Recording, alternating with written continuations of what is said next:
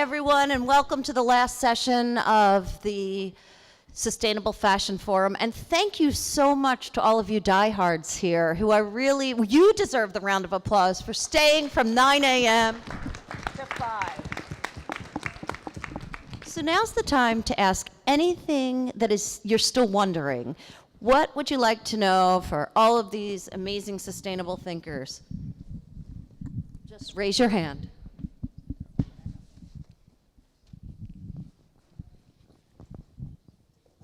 I have a question for Mr. Seferian.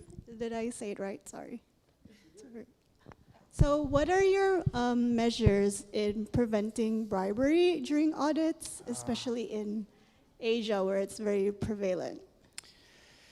So you really put your finger on one of the things that keeps me up at night, because you heard me describe the process, and it really is very much driven by that inspection of the factory, which we often do through our partners that are local organizations. And so it truly is, as a program, as anything really, the chain is only as strong as its weakest link, and that's the weakest link here. How do we make sure that the individual auditors are not corrupt, and also, you know, the factories themselves might not be inclined to play nice in that regard. So there's a couple of things we do in this to address that. Number one, even though we partner with other organizations to make sure that the auditors are local and are able to minimize cost to the factory, we insist on training those auditors ourselves. So even if it's even if that auditor is not on our payroll, we have to be the one to train them. There's a whole week-long process they go through that involves an examination at the end, and it addresses not just competence but also integrity issues. And then every other year they have to go through a refresher training. So we're keeping tabs directly on the actual auditors themselves and not simply relying on some other company to send whoever they want to do these inspections for us. That's number one. Number two, on my own staff, I have a dozen auditors directly working for RAP that we utilize not to do the certification inspections of the factories, but to do what I had mentioned earlier, those post-certification audits, those surprise inspections on already certified factories. And we do that really to kill two birds with one stone. Double check that the factory continues to stay in compliance, but also as a check on the work done by the initial auditor. So if my guys go into a factory and they see something, you know, a simple example is exit doors have to be outward opening, just like these are. This is in compliance, this facility, all right?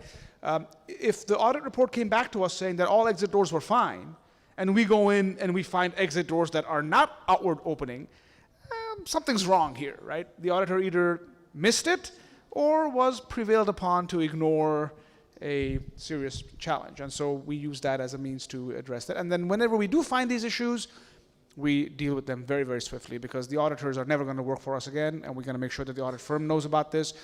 Where we have factories that, so I mentioned audits, you might not pass the first time around.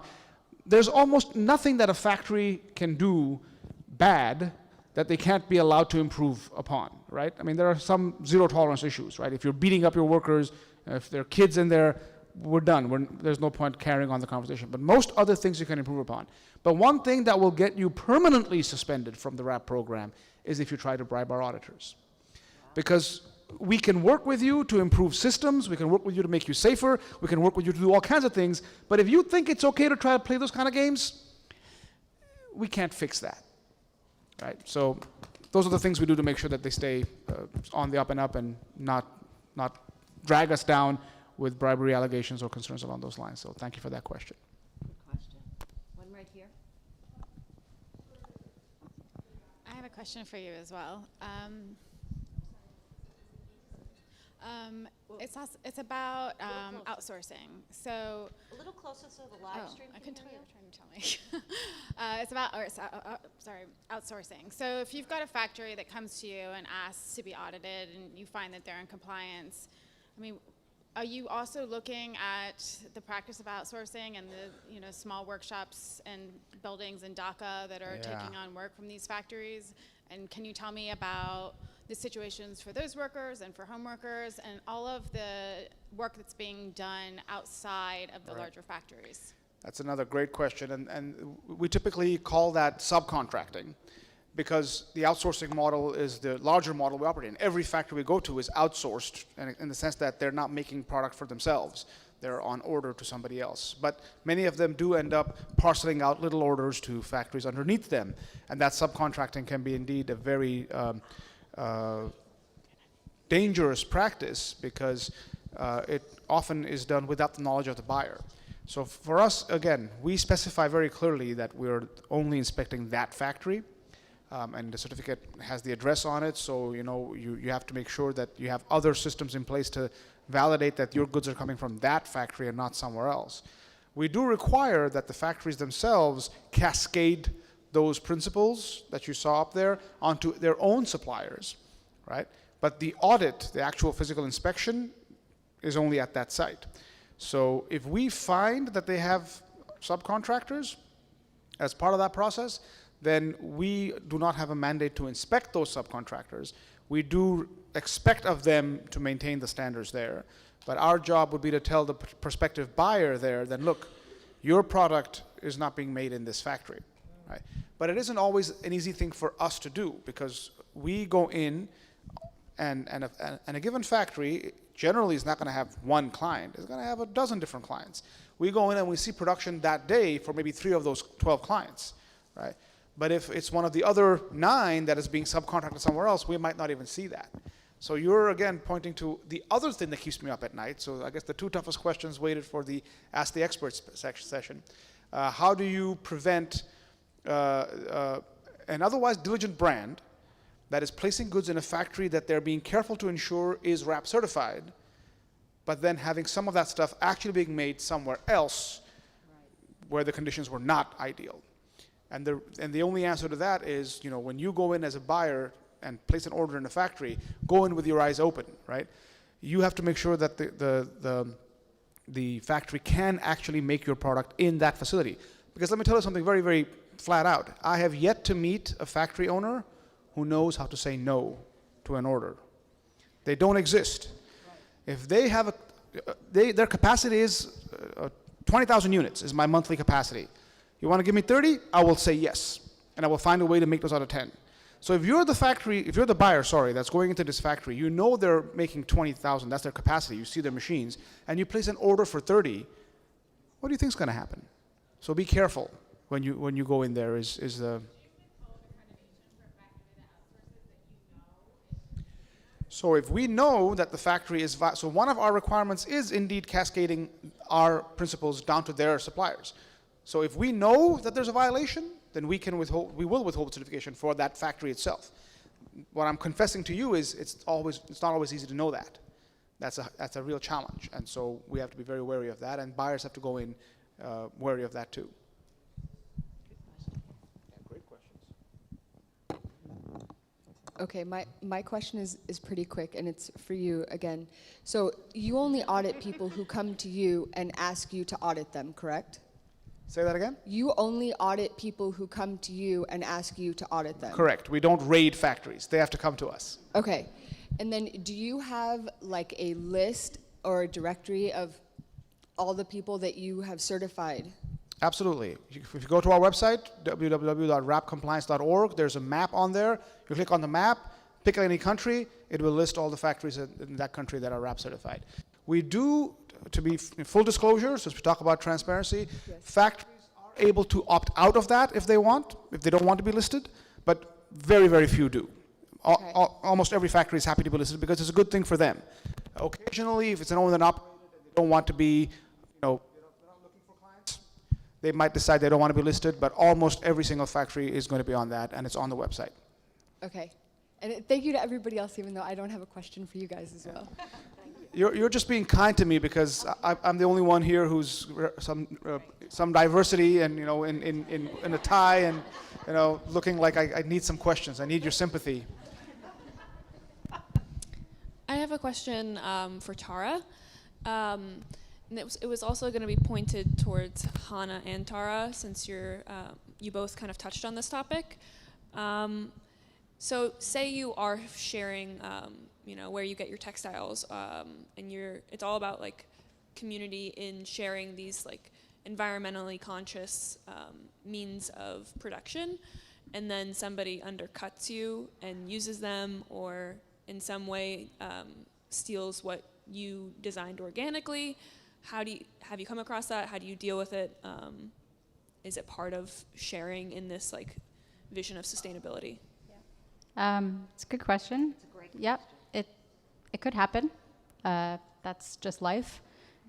People don't have to have your resources to copy what you're doing anyway, so that regardless.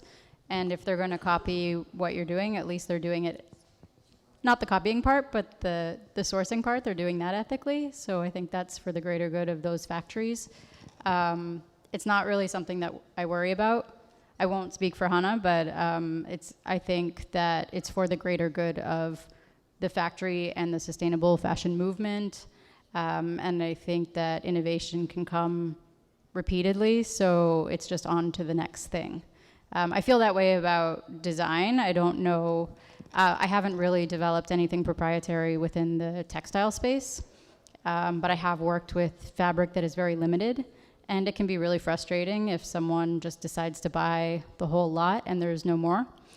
But I think it's the reality of our industry regardless, and then you just move on to the next thing and you find something better. Yeah, and it shows the mills, especially with regards to the fabric suppliers, it shows the mills that there's a demand for that product, and hopefully they'll make more, or they'll keep innovating and make something different that you will potentially have access to the next time around. But there's a lot out there. There's a lot of fabric out there. In particular, there's a lot of fabric that's just sitting dormant in textile waste.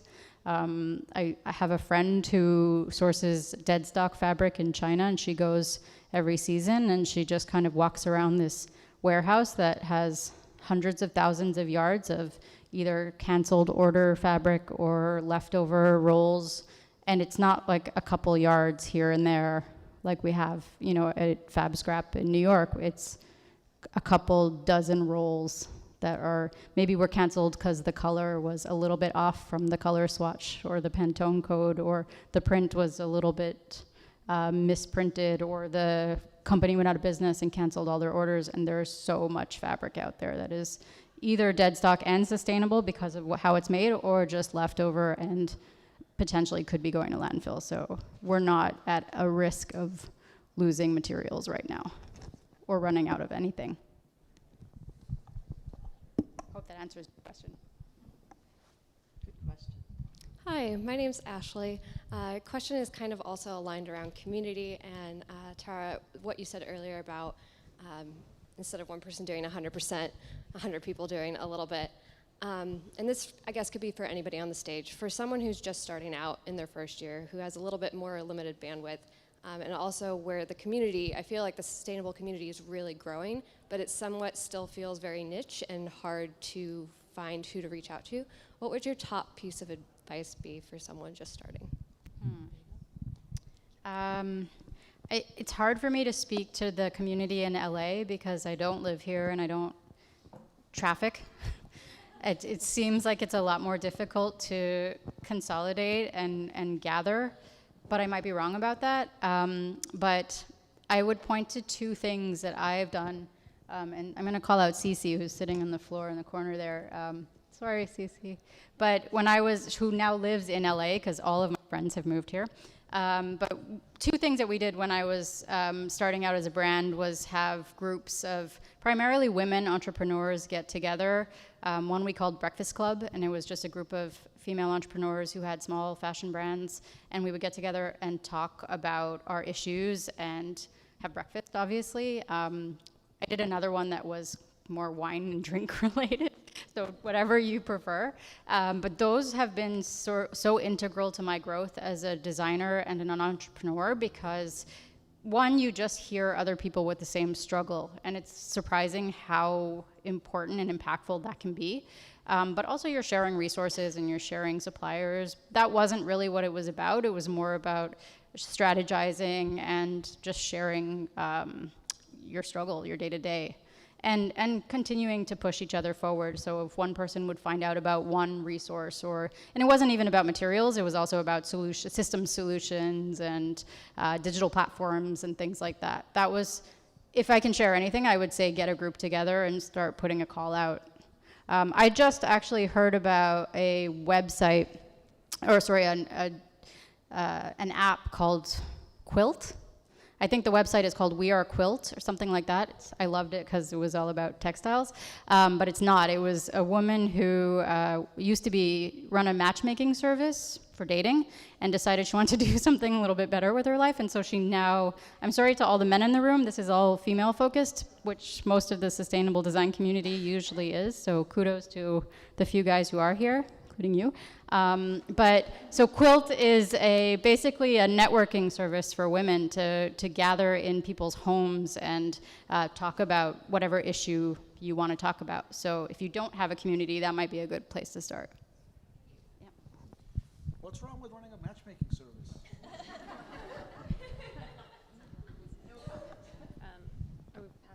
I can kind of chime in here because this is exactly what I do. The first thing I say is this is your community. You're sitting here, you're in the epicenter of the fashion industry right now where you're sitting. There's 4 buildings that are the cornerstone of the contemporary markets.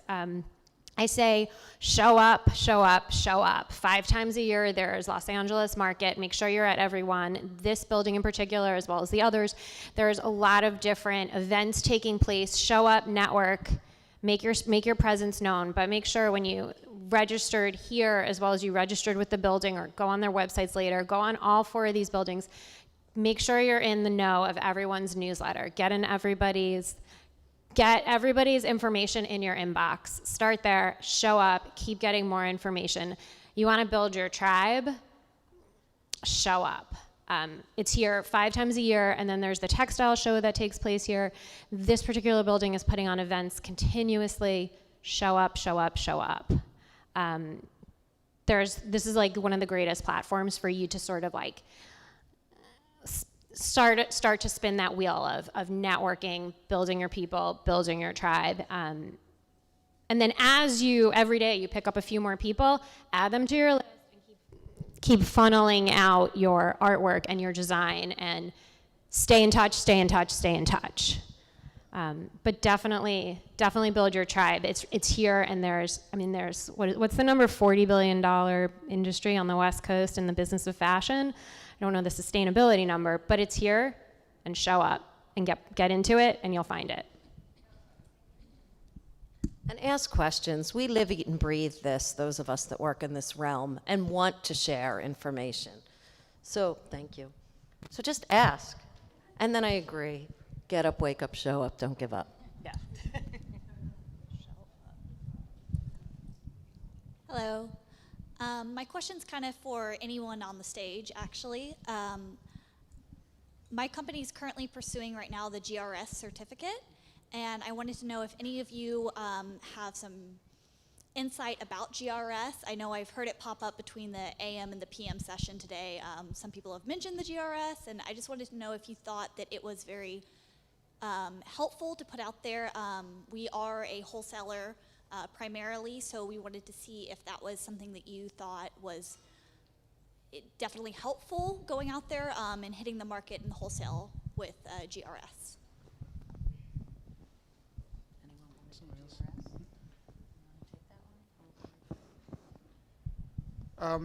I guess I end up getting this because I'm the one talking about certifications up here, and I'm biased, right? You know which one I think is the best certification program out there. But I generally support the idea of getting any of the large number of credible certifications out there. And again, some might be better than others, but starting somewhere is definitely better than not doing anything at all. As Tara said, no one's going to be able to do 100%. If each of us do just 1 or 2%, we go a long way. So by all means, good luck. My question to anyone seeking to get certified is always going to be, bluntly put, why do you want the certificate, right? And honestly, most people, as you heard from the questions during my session, the driver is going to be who your client is, right? You get certified because your client's asking for it. So if that is something you've determined and GRS meets those needs, by all means, go for it. Good luck to you. It might be something else that meets that. That's also good. You're not going to go wrong. You might benefit from doing some more research and maybe finding something that satisfies multiple clients instead of the one you currently have. But if the one you currently have is not going to accept it, then there's no logic in going for anything else at that point. So that's basically what I'll say, broadly speaking, about the certification programs out there. And happy to give you more details if you want offline, but I wish you all the best in whatever it is you're looking at.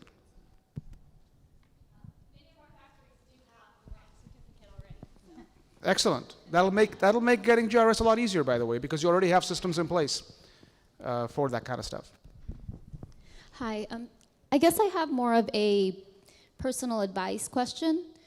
I don't know if you're familiar with Extinction Rebellion. In London Fashion Week, they made a protest movement where they pretty much set a picture of fashion being dead and the funeral and all this. As a designer, I struggle with my want and need of creating, and I see that you guys have been practicing, have had sustainable practices for at least 10, 20 years now. But fast forward to the present time where we're facing a climate crisis, and knowing that the last thing we need is more product out there, and you cannot be 100% sustainable from the get-go. How do you battle that internal moral compass with your business mind and that need to create and want? Because I've been wanting to create something, but that moral compass is what's stopping me. I'd have something to say to that too. Okay. Yeah, I can definitely relate to that. I used to call it sustainability guilt. Like, it would stop me from designing things in the morning.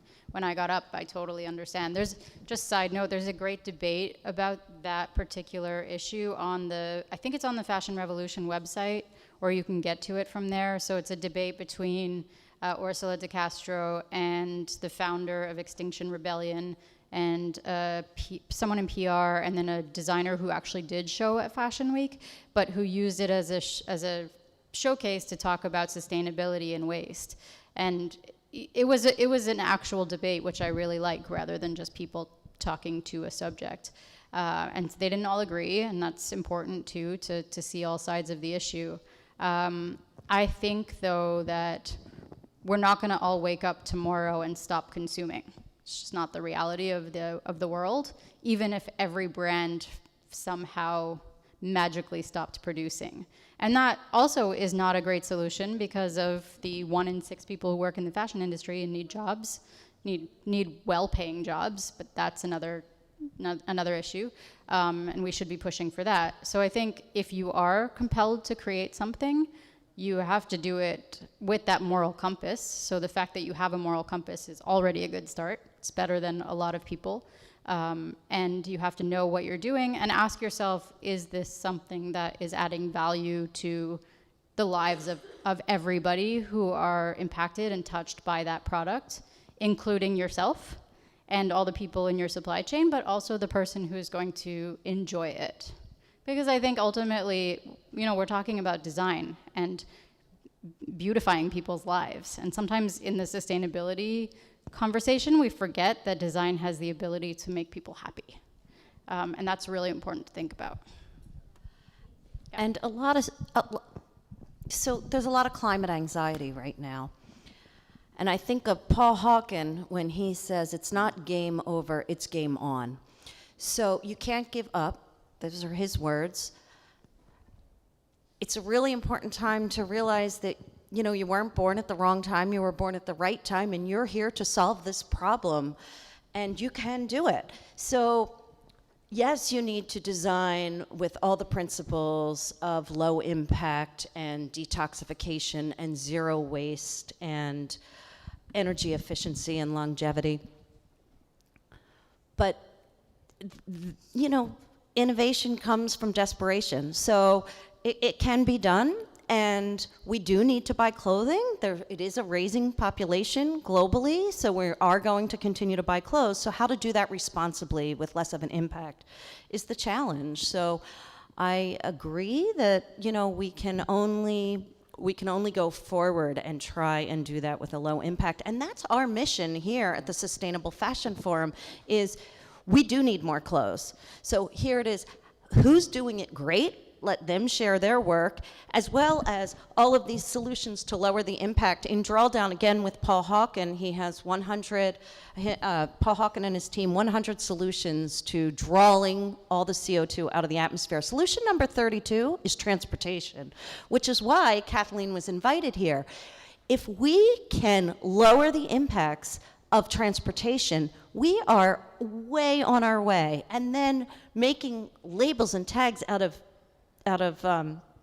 poo-poo and all of the other things that you're doing it with, like that would have been my question. It's amazing that we're thinking in innovative ways. So don't give up. It's time to get up and show up, because, this is the time that you're here in this room, on this earth, on this planet, at this time for a reason. So, yeah. Excellent. And not much I can add to that, but I will say this. You brought up one thing, and as Andrea said, innovation can come from a lot of sources, and certainly desperation is one of them. But in my experience, a motivator that is not a good one, even though it can certainly be in the short term a strong one, is guilt. I think that that's just not the right way to be thinking about this, and you may have gathered from my answers so far, I'm not a fan of folks that go out there and try to guilt people into acting a certain way. It's not sustainable, to use another word that is an important word we talked about. So don't go there. Understand that life is, you got to keep living, right? Because if you take it to an extreme, like how many of you all saw Avengers, Infinity War and Endgame, right? Thanos was basically an environmentalist, wasn't he? He figured that the best thing to do for the planet was get rid of half the people. That's a solution, all right? I'm not sure it's one we would advocate. So don't go there. Remember, not to go all biblical on you guys, but, let he who is without sin cast the first stone. Nobody is without sin. Do what you can with what you've got, as Andrea said, and to stay on the Bible, another good quote, it is better to light a single candle than to sit and curse the dark.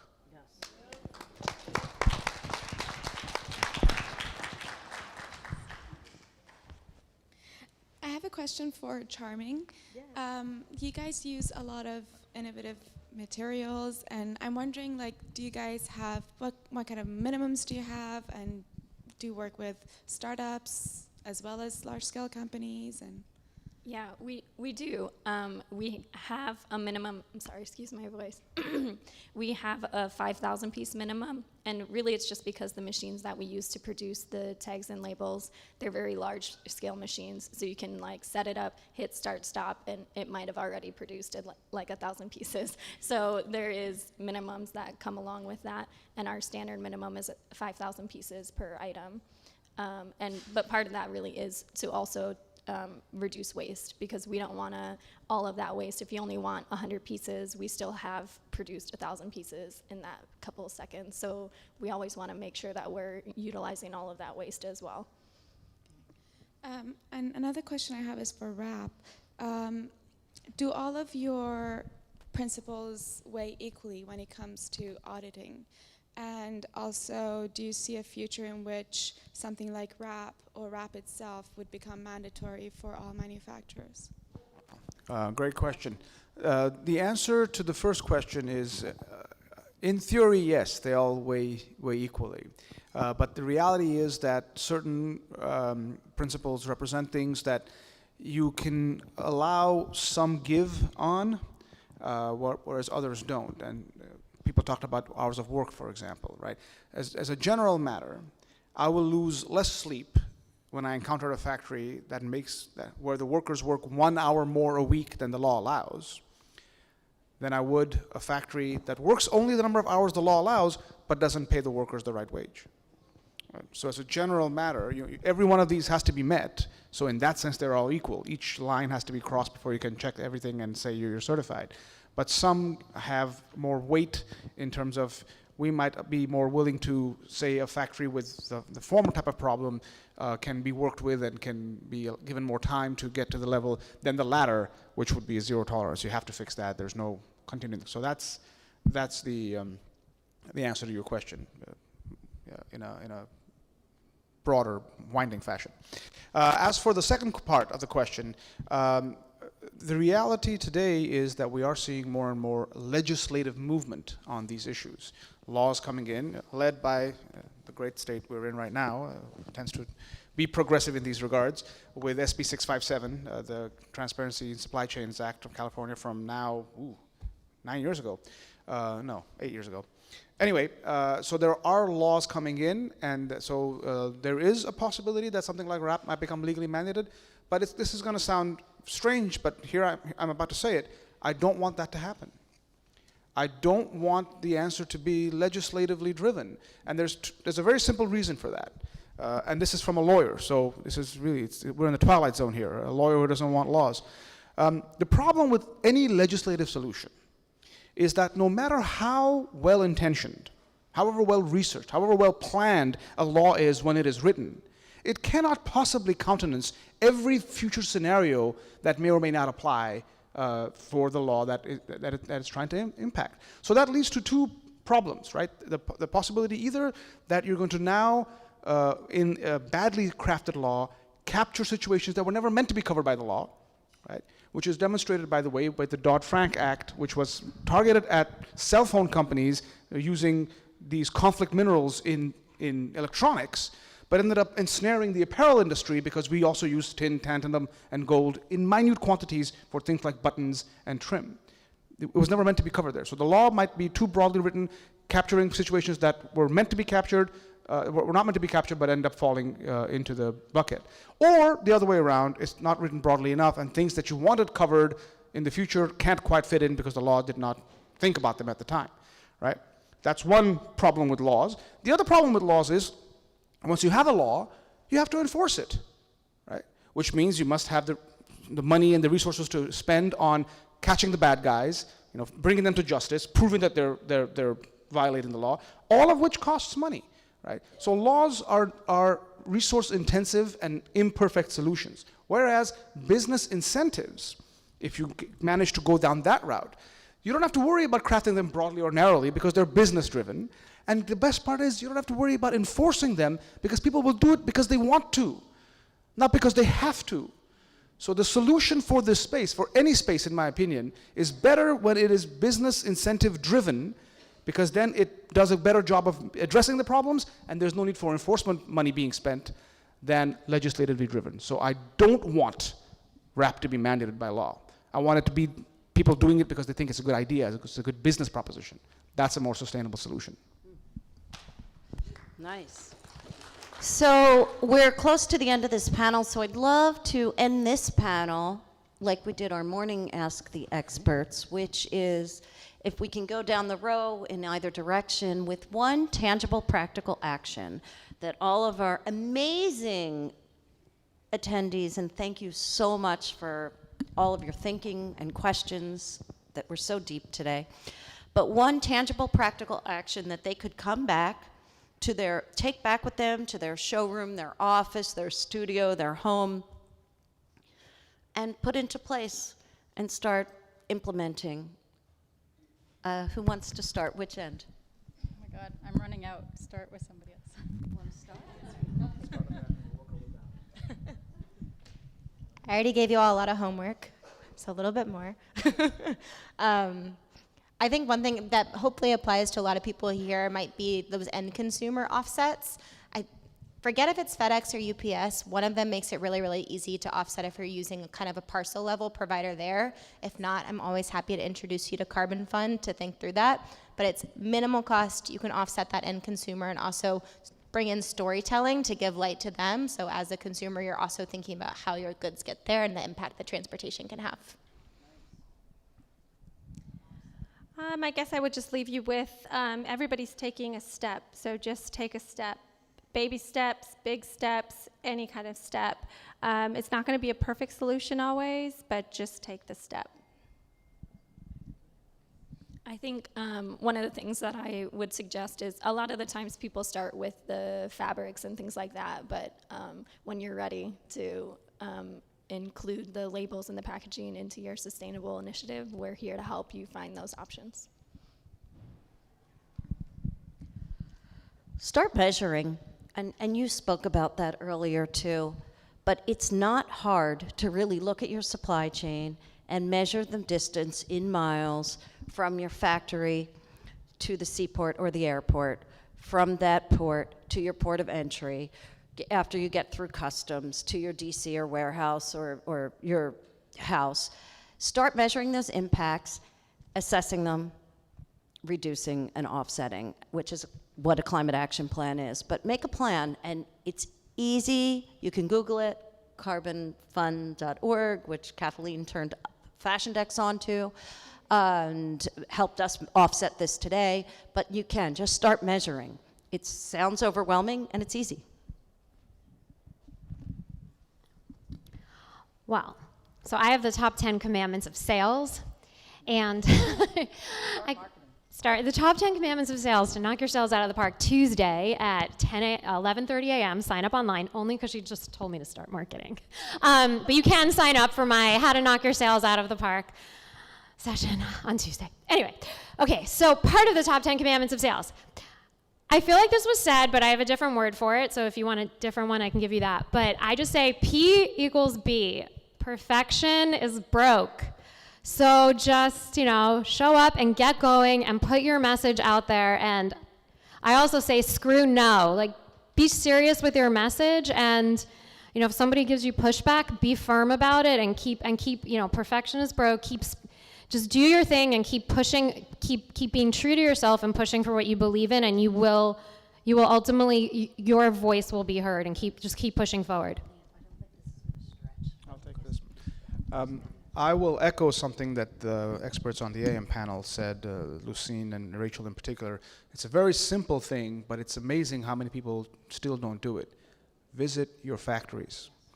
Actually go and see for yourselves with your own eyes. And if you can't get there yourself, it's on the other side of the world or whatever, find a partner. Doesn't have to be rap, although rap's the who can actually get in there for you to actually see what is happening at the factory itself. It is an extremely simple, an extremely effective, and extremely unutilized thing. So that would be my one takeaway. So I would say something similar to what I said earlier at the AM panel. As an educator, I help students to learn, but I learned so much myself today, and I'm actually going to help our students at the college learn more about responsible fashion, and Andrea's really inspired me. I'm not ready to teach SFOF yet, but I'm certainly going to spread the word at the college, at LIM in New York City of what I've learned today. And thank you all so much. I've learned so much from all of you, even the wonderful questions that you asked our panelists. I'm going to go with 2 app-based solutions, which is really ironic because I'm a Luddite, if you know me well. But continuing on the quilt suggestion, one is Nike actually developed an app called the Nike Making app, and it allows you, it's based on the Higg Index, which is much more complicated and difficult to use, but it allows you to compare and contrast 2 different materials based on 4 basic criteria, which are waste, water, chemistry, and energy. So if you're considering 2 different materials and want to know based on one of those criteria which one is essentially better or what the difference is, that's a good help. And then Caring put out I think it's called My EPL, so it's environmental profit and loss, and it allows you to evaluate your EPL essentially in a fairly simple way. So I would maybe recommend those 2. I think they're pretty valuable. Great. Thank you, everyone. And as we always end all of these sustainable fashion forums, our last advice to you is to conceive, design, develop, produce, distribute, and market like the world depends on it, because it does. Okay, thank you all.